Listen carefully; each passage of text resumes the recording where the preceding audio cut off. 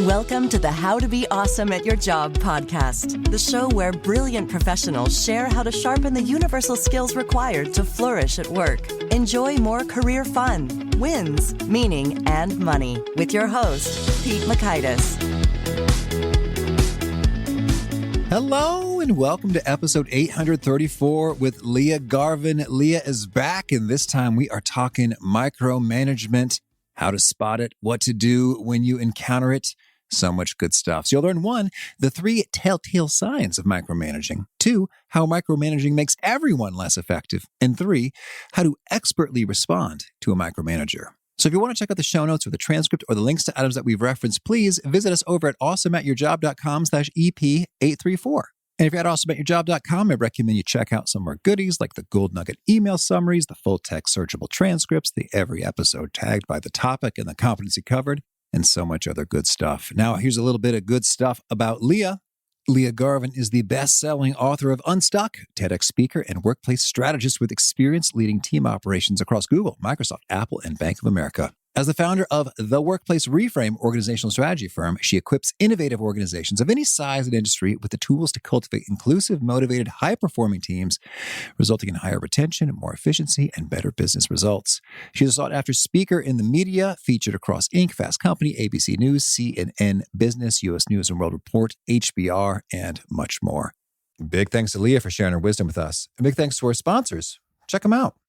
One sponsor to check out is Harvard Business Review. This brilliant magazine, published at hbr.org, is the leading destination for smart management thinking. Fun fact, HBR has been mentioned in 108 episodes of the show.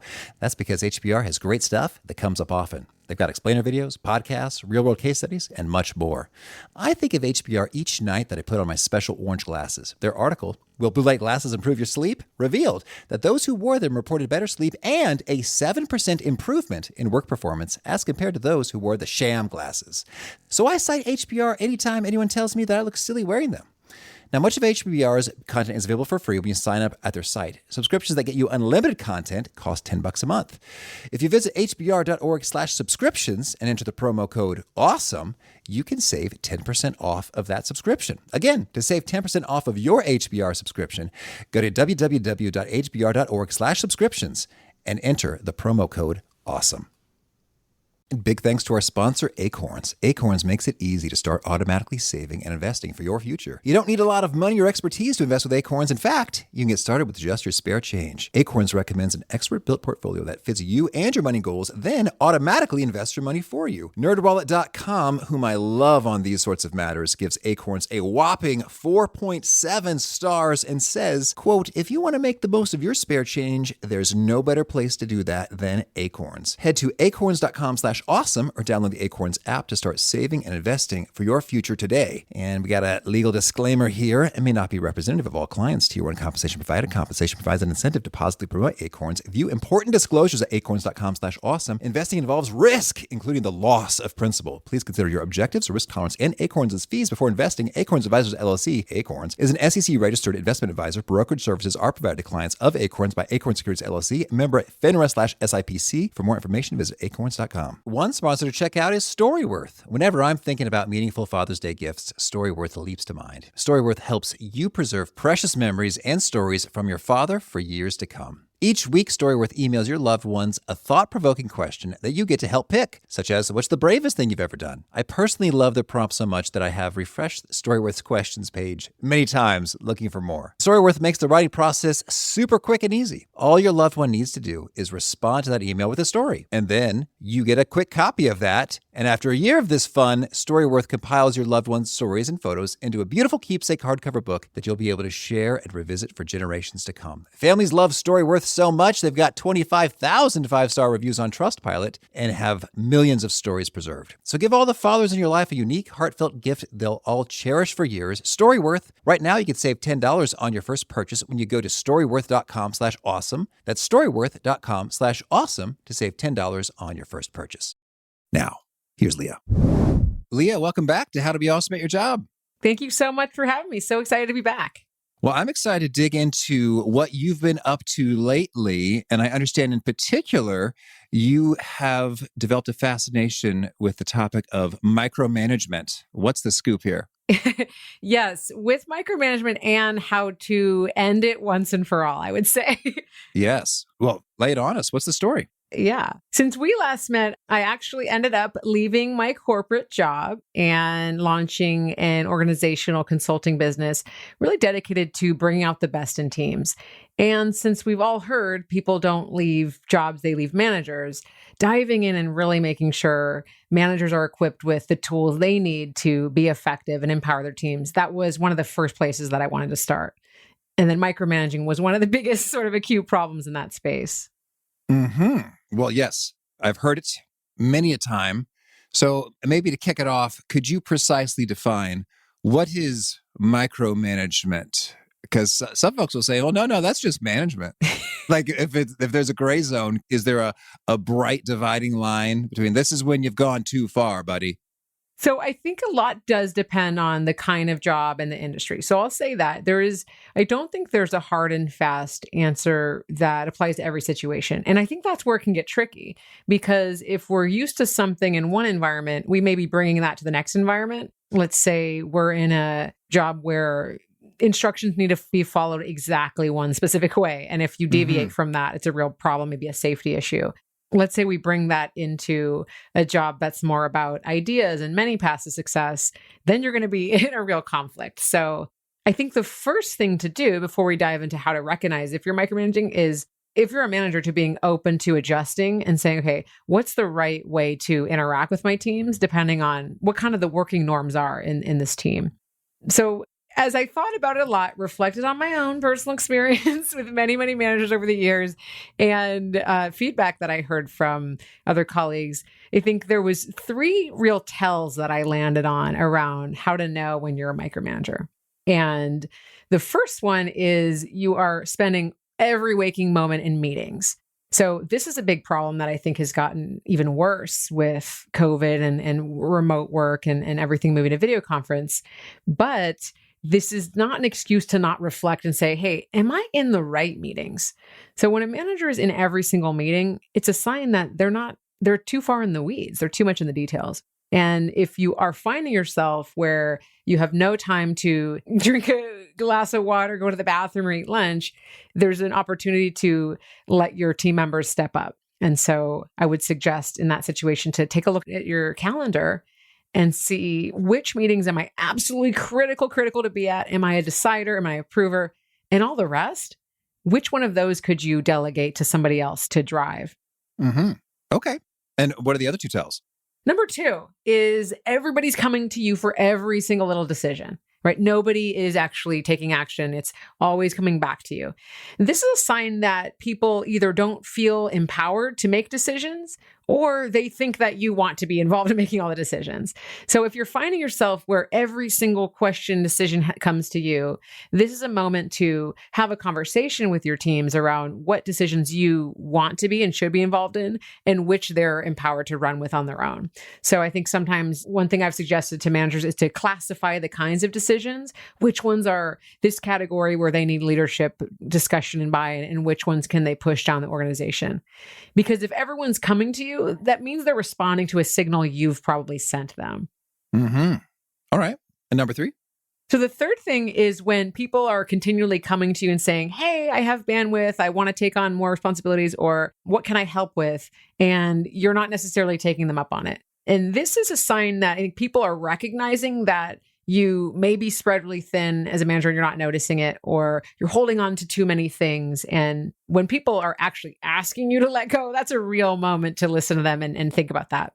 And if you're finding that situation, it's a moment where you can think about, well, what are all the tasks on my plate? What's everything I have this week or this month? And what are the things I can let go of that are actually worthy for someone else to take on?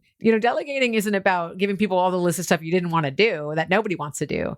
It's about finding what are the high impact activities that someone else can do that's going to be worthwhile. Does it give them visibility or a development opportunity or something, in line with where they want to go in their career?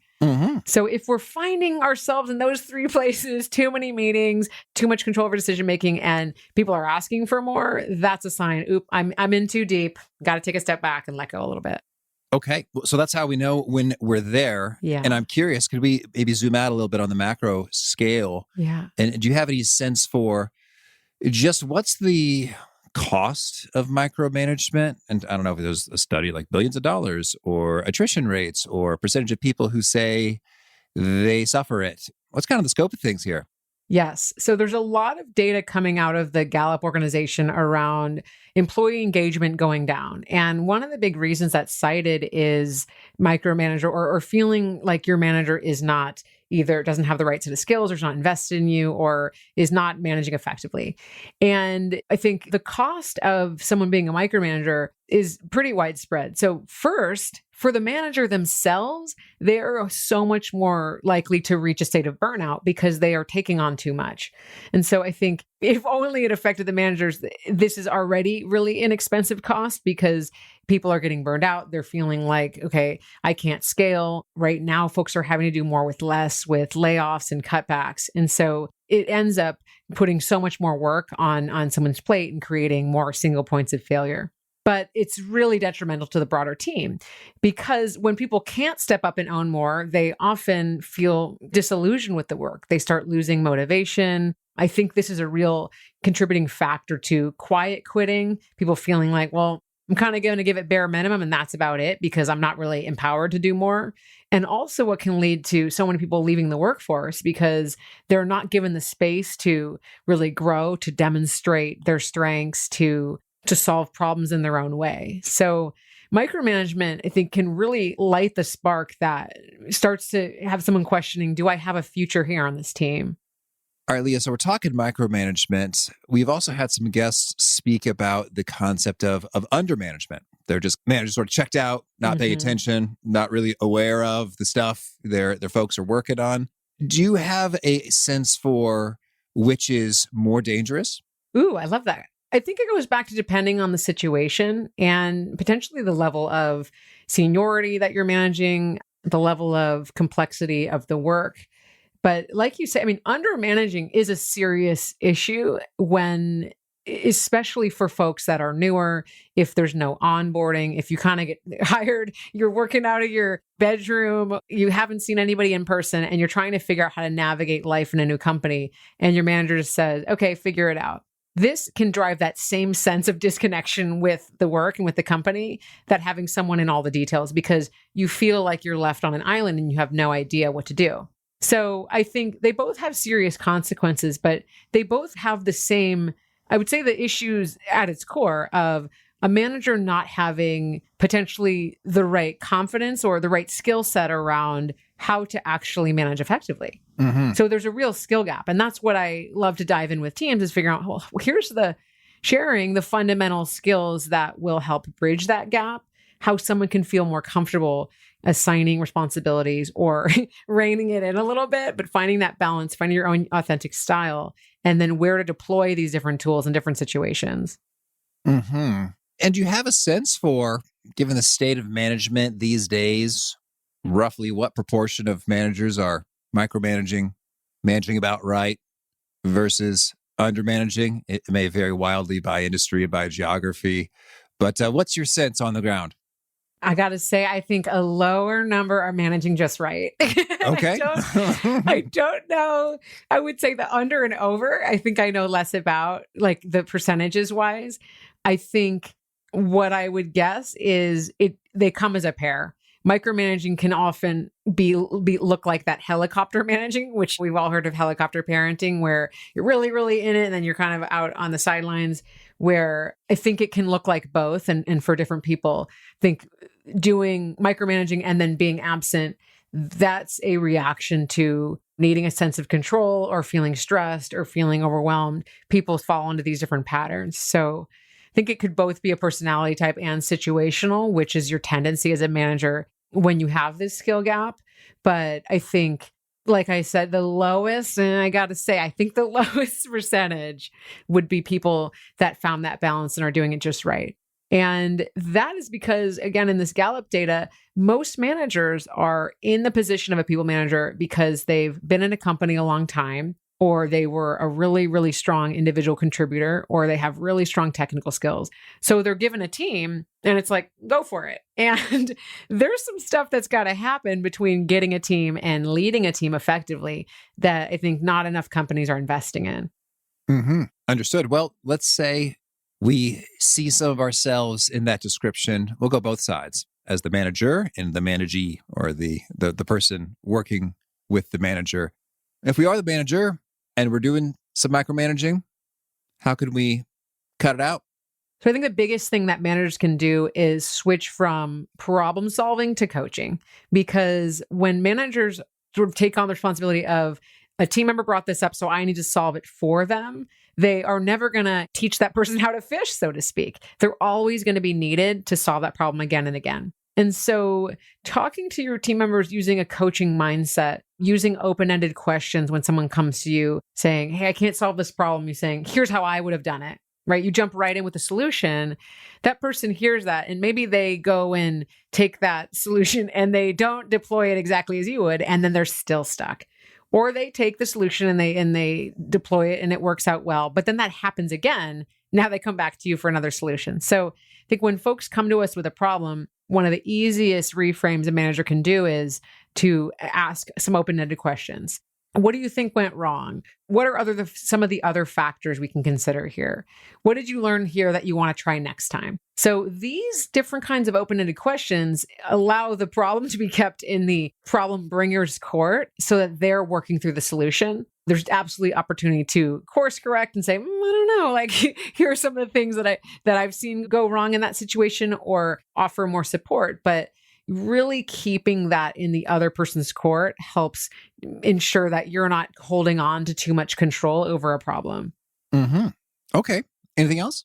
Yeah, I think we can also, I mentioned the strategies of making sure you're checking in with yourself continually. I think for managers, when you're feeling stressed or overwhelmed or burned out, or you're in too many things, to just check in. So maybe you start on and put it in the calendar every Friday. I'm gonna do a gut check. What does my calendar look like? What kind of questions did people bring me this week? What does my delegating look like? So that you're not letting it get too far where it's been 6 months and you realize, oh gosh, I'm I'm in it, and I think people are starting to quit and I didn't even realize it. So I'd say to really have a routine where you check in on those 3 tip-offs of being really too far in the weeds so that you can course correct before it gets worse. Okay. And if we are the one being micromanaged, how do we speak up effectively? That could be tricky, that managing up discomfort.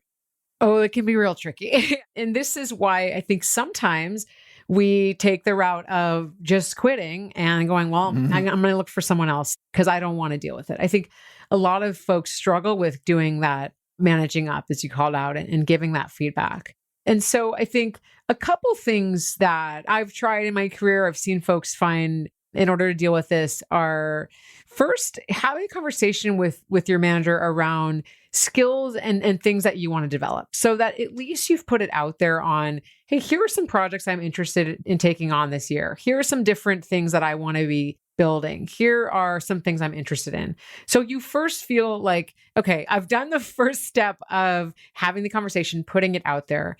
And then I think to the extent that you feel comfortable, if you're in a situation where your manager, let's say, dives in and starts like line editing an email you sent, or telling you who to add to all the invites to a meeting, or whatever is happening that feels a little bit heavy-handed. I think saying something like, I'm really excited to take the lead on this and to try to demonstrate that I got this and I figured it out. So I'd love the opportunity to take the first step and then come back to you for feedback.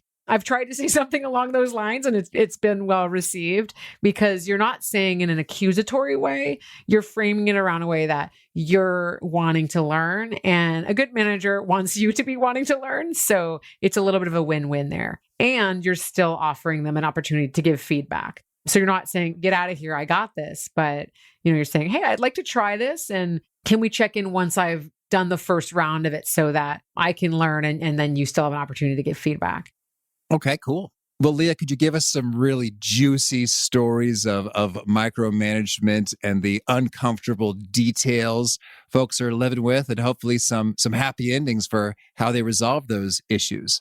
Yes, absolutely. So I think one of the examples that comes up a lot is with writing and communication. And I mentioned line editing emails, and I've worked with folks that have shared they've had managers where they had to, let's say they had to send out an email that's going to the whole team, maybe a couple hundred people.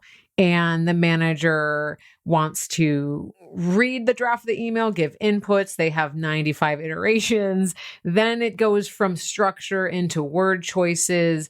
Then you have a really robust in the Google comments on the side, a discussion of, do we even want to send this? Is this the right word? You're getting grammatical suggestions. You're getting all sorts of things. Another person's added to the chain. That person's removed. We go back to thinking, do we want to do this email? When you're just supposed to write one email that was going to not really be a big deal. It's announcing like a lunch that's happening next Friday.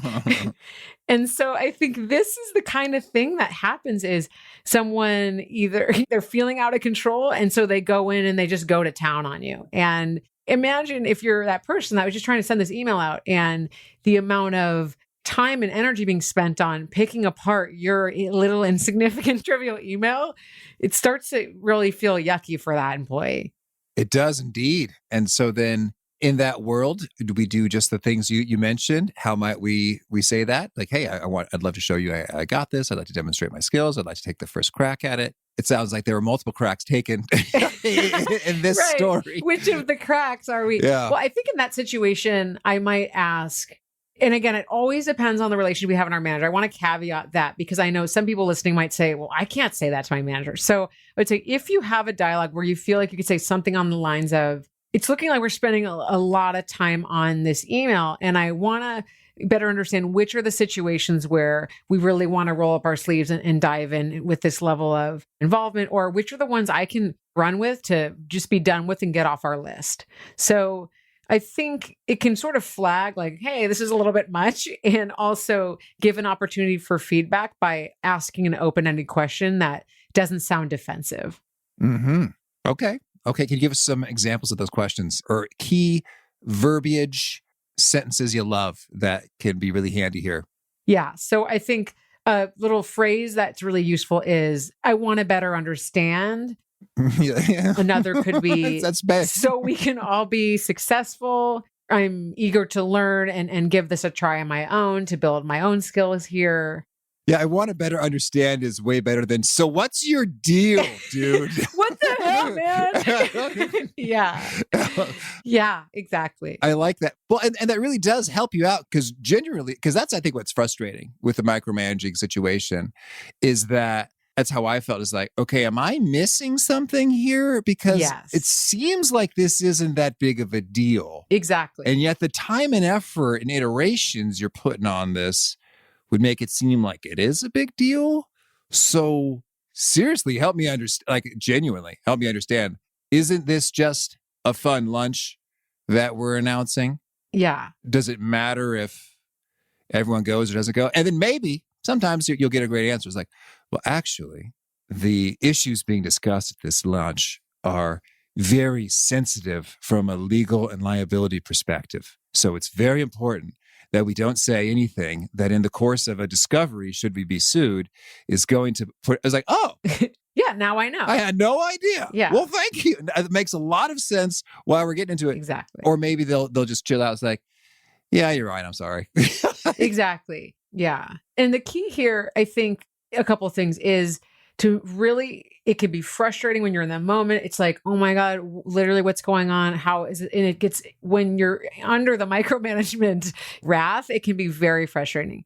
But to take a step back, to let that subside, to remove the frustration from the way you're communicating and to not come across as defensive, offensive, whatever, whichever one is more appropriate, like to not come forward with that. Because I think when someone on the counterpart feels like accused, it just makes it throws the whole thing off. And that's going to be, I think someone could say, well, of course this is important. Like this, and they, especially if they had a real big reason, they could think, how do you not know that? Are you not taking care on time? So I think really having the conversation when you're not feeling defensive or frustrated, really having it open, with curiosity. I am genuinely curious around this level of oversight and involvement. I'd love to learn more. I'd love to better understand. And so this might mean it should not be written in an email or a chat. Like, I think there's so much open for misinterpretation in written communication that just if you're in person, walking down to your boss's desk and saying, hey, got a second, I kind of wanted to better understand, or asking to have a quick 5-minute meeting over video conference. I just think it's going to spare so much further miscommunication to actually talk face to face or over the phone if needed. And as I think about the times I've been micromanaged, it's funny. I think sometimes it's my own fault and it's necessary. It's like, hey, Pete, there were several errors last time that were problematic. So we're going to take some time to make sure we go through those. In a way that really was coaching, but it felt like you're all up in my business and I don't like it. But the older, wiser Pete recognizes it was necessary in that time, in that season, in that piece of work, in that context, for them to be up in my business, even though it was unpleasant, I didn't like it. So I think that was kind of my takeaway. Lia, is it fair to say sometimes, like the boy who cried wolf, the colleague who cried micromanagement, it may in fact just be appropriate management that just is uncomfortable and unpleasant in the moment? Absolutely. And so this is why one of the core programs and workshops that I offer for teams is how to give feedback effectively.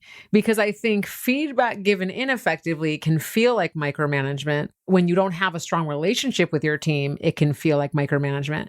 But actually, we should be able to give feedback. And I don't want any manager listening to this to go, well, I can't say anything to my team members. It's not that. It's about, I think like we said in the beginning of the conversation, getting to understand the style of communication that's really the norm in the organization, in the company, in the team, and then meeting that. And if you're really finding yourself hitting those tip-offs, right? And that's why the tip-offs weren't people coming to you and saying, stop micromanaging.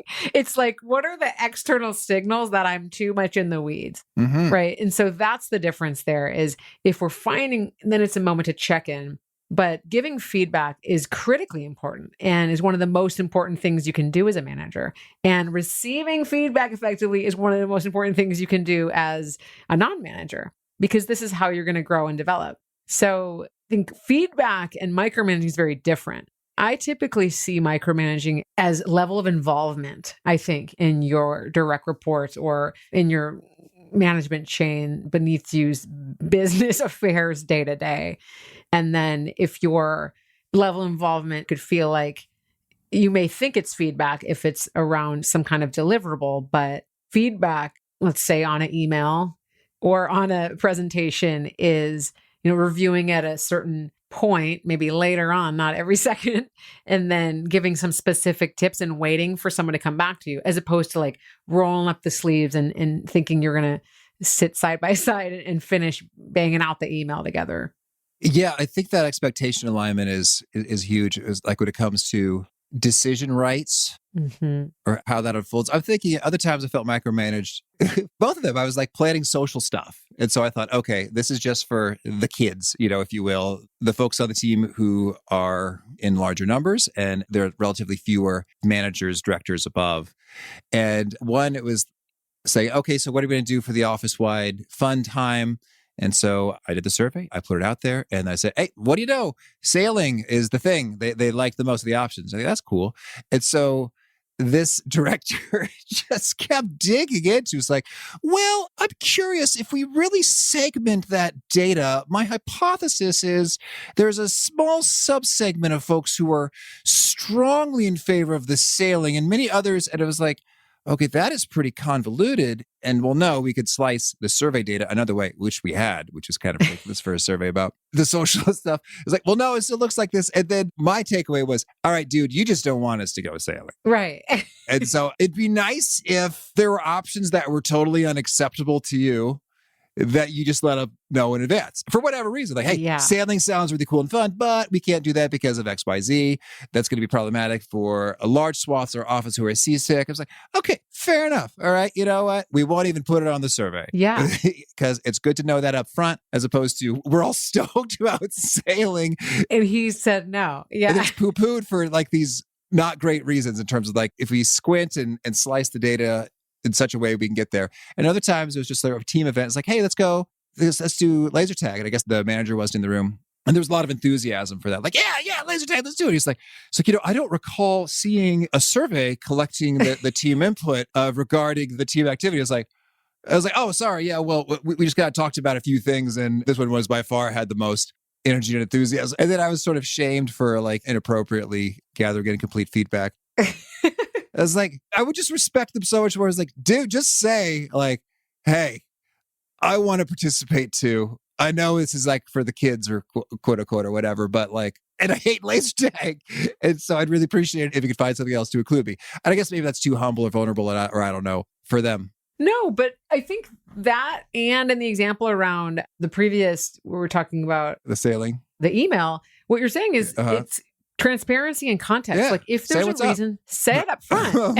Totally. Yeah. Yeah. And I think you mentioned director, and that stood out to me as I think that's the level of seniority and the level of depth should match, right? And I think that's another thing that can be frustrating is when you have a VP or SVP or director that's in very information, like in the details around planning something or orchestrating something that it just doesn't feel like an appropriate match. I think a senior leader, it's really critically important to demonstrate interest and support for the team, this kind of stuff. But is it really necessary to be providing inputs on like activity level beyond setting some expectations and constraints? Not really. Because what happens is that person, whether they mean to or not, will have veto power because they have the highest level of hierarchy. And then it throws off the whole dynamic. So I think for any senior leaders listening to this, it's like recognize your own position in a company or a team and think, hey, do I need to be in this conversation? Am I actually inadvertently throwing it off? Am I sharing my opinion and it's carrying more weight because of my hierarchy when it really shouldn't? And then taking a step back. Certainly. And just expectations alignments. I guess I was thinking like, hey, the senior leaders, I guess the way I viewed the activities were, these are primarily for us. Right, right. Because, well, one, we outnumber you, and two, like you make gobs of money, and then this is part of the recognition and appreciation for that. Yeah. So anyway, so maybe that's an unfair view or characterization or expectation for the social activities. Well, that's interesting because I had that same observation working on my roles in tech were around team operations and establishing team process. And I always found that the recipients of process were actually very open to it. It was like other people that would say, oh, I don't know about this, other team operations or other managers, never the recipients of that thing. And I think it stands out what you're saying, because like you said, the people that were going to engage in the activity, they're all like down with the laser tag and with the sailing. And so that's another question maybe to think about when you're maybe shutting down an idea or giving feedback. When I talk about feedback, I encourage people to ask, am I the right person to give that feedback? And so in your situation, like, am I the right person? Am I even attending this event? Do I really care? And like, what's my stake in the situation? And I think for the leaders in your situation, it's like, I'm best suited just to support the activity, to pay the bill and, show up and welcome everybody and like leave it at that. So yeah. Yeah. But then again, if they had a different expectation, it's totally cool to share that. It's like, hey, you know what? This is a cool opportunity we have to really just flatten the hierarchy and in which the managers, directors, VPs, whatever, get to be silly and ridiculous right alongside. And exactly. So it's setting that context up front. And it's so stressful dealing with blah, blah, blah. So like, I know it might seem silly, but we want to play too. And I would find that endearing. It was like, exactly. Okay, director. Thank you. I understand. That's cute. Yeah. Let's do this thing you like too. Exactly. And so, like you said, it's the setting the context. I think with these team related activities, but there's a lot of, I think it's really important to be inclusive, make sure everybody can actually participate in the activities, that there's not overly focus on alcohol, or they're in the right times of day where people can participate if they have to be doing caretaking and pickup. So like, there's a lot of constraints. So it's really important for leaders to set that context for folks so that they can then plan something that's inclusive and appealing to everybody. So there's a lot to navigate, and it can be a trap for micromanagement. So a little bit of both. Well, you really can. I think it's funny because to say, all right, let's let the junior employees run with something. It's like, this isn't that important, so you can just own it. But you don't own it. Psych. Yeah.